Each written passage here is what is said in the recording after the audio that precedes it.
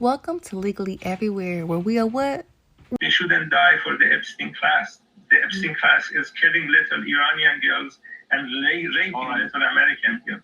Okay, I'm afraid we are out of time. I know that we would all love to continue this discussion further, and I certainly have a lot more points, but perhaps we'll all have the chance to come back and the focus to come back and discuss this in goodwill again. Thank you all to our guests, Adolfo Franco, Fuad Izadi, and Lawrence Wilkinson. And thank you too for watching. You can see the show again anytime. Okay, so we were able to hear that particular discussion, right, which allows us to just jump in and look at the three questions that I initially, posed at the start of this live, right? And I'll just kind of leave you with those questions, right? Just three simple. Now that we've kind of also heard a little bit of debate and discussion, right? The reason I wanted to show that piece was because one, it was very recent, very relevant to reading the actual articles. It's what made me want to go back and say, like, well, what exactly did the UN say when I saw that? I'm very big on saying, like, don't just jump into, oh, I see this on social media. Oh, I see this discussion. Go read the documents for yourself.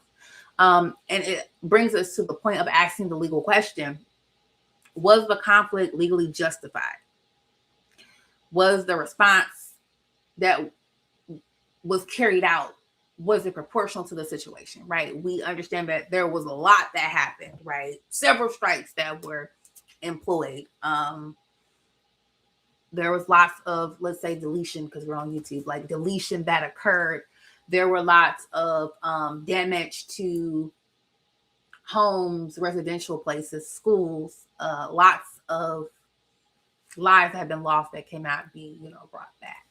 Lots of people are harmed, maimed.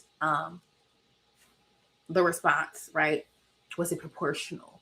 As far as diplomatic options, we think from the perspective of like mediation, negotiation, when someone, when you're interacting with someone, you want to feel like they're operating in good faith, right? Even through the lens of mediation as a mediator who's been doing it for several years now. One thing that you often are asked was, did they mediate in good faith? Do you feel like they kind of went in and, were being honest and genuine about what they were doing, really came in and putting forth an effort, right?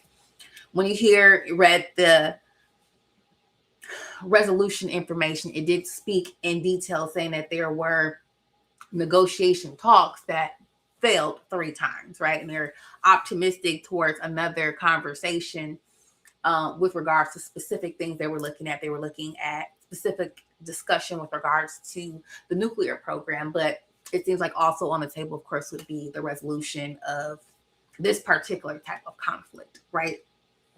So when you have certain kind of things that are happening, right, do diplomatic options seem to be accessible, or are they kind of like exhausted, right? If you're, let's say you're a nation, or let's make it less global and make it more like individual person situation. That's a little bit more relatable, right? If you're having a conflict with someone and they go on national television and say they obliterated, all of your resources, and they like took you out, or took your, leaders or best friends or supervisors out of the run for a race or something like that, right?